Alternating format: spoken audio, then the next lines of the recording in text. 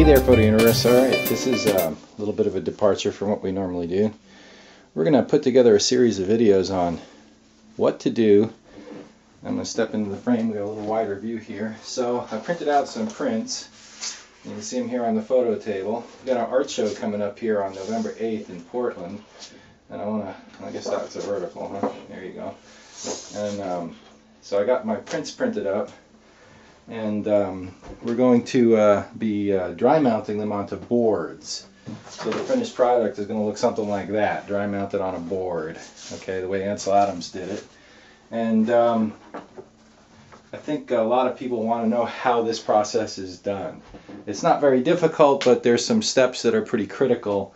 And so this is going to be an overview video, and then we're going to do specific videos on the specific steps. Okay, so this is just basically the equipment you need and a basic overview.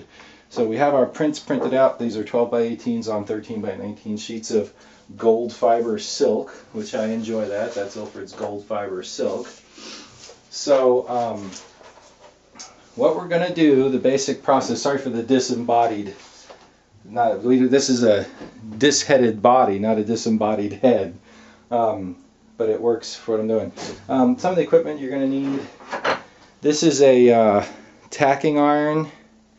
They use these for putting the skin on wooden model airplanes. So you can buy them from a hobby store that specializes in model airplanes.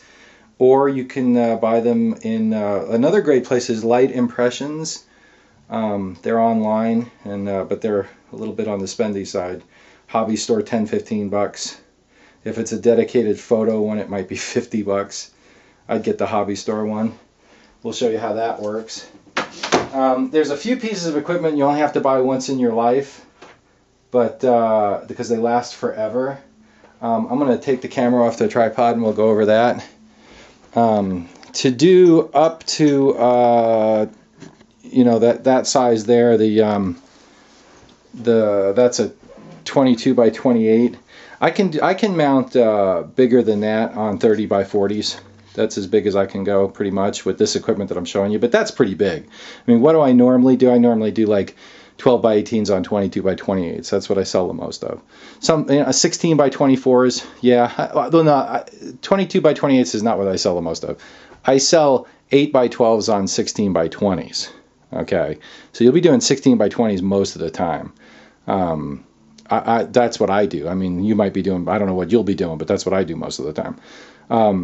So that right there is a 16 by 20 on a, I think it's a 26 something. It's I don't remember the size of that one. It's not a standard one.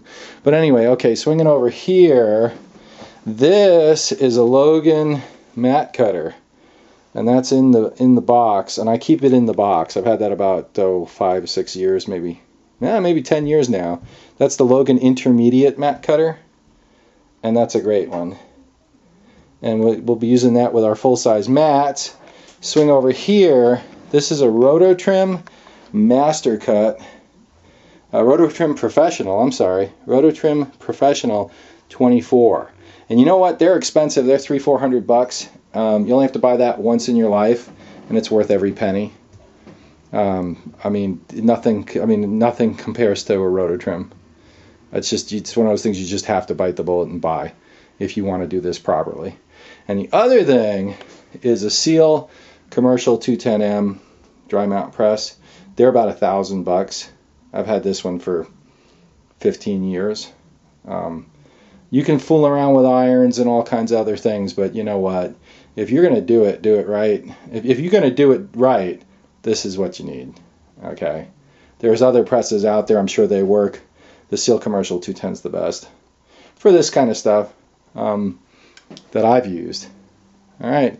So that's basically an overview. And then, of course, you know, I buy the mat board in the box.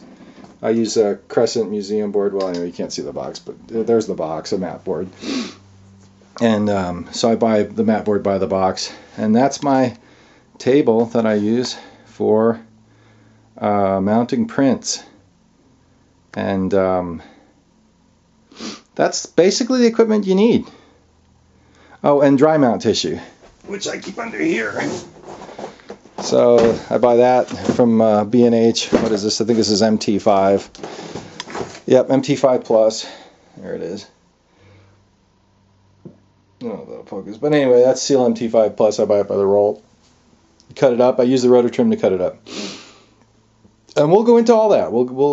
Different videos, I'll show you the different processes and the different stages. But that's the basic overview of equipment. I mean, the bottom line is you take the print and go back on the tripod. Alright. So, quickly, you take the print,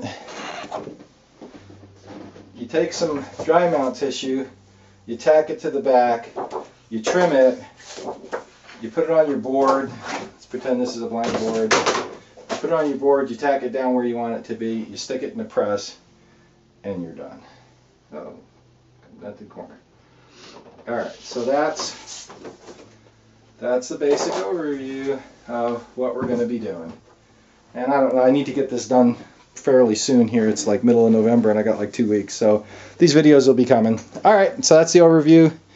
Ed with Photo Universe, looking forward to showing you how to dry mount some prints archivally the way Ansel Adams did on Museum Board. I mean, this is the real thing. The only thing we're doing different than Ansel Adams did is we're using digital prints.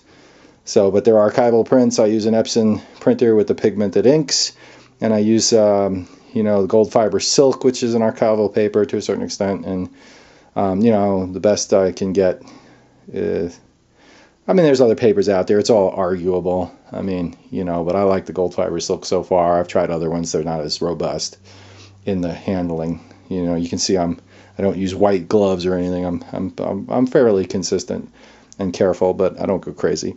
So anyway, that's Ed with Photo Universe, and that's what we're going to be doing here in the next few weeks. So if you're looking forward to learning how to dry mount some prints and present them, and we're going to frame them too.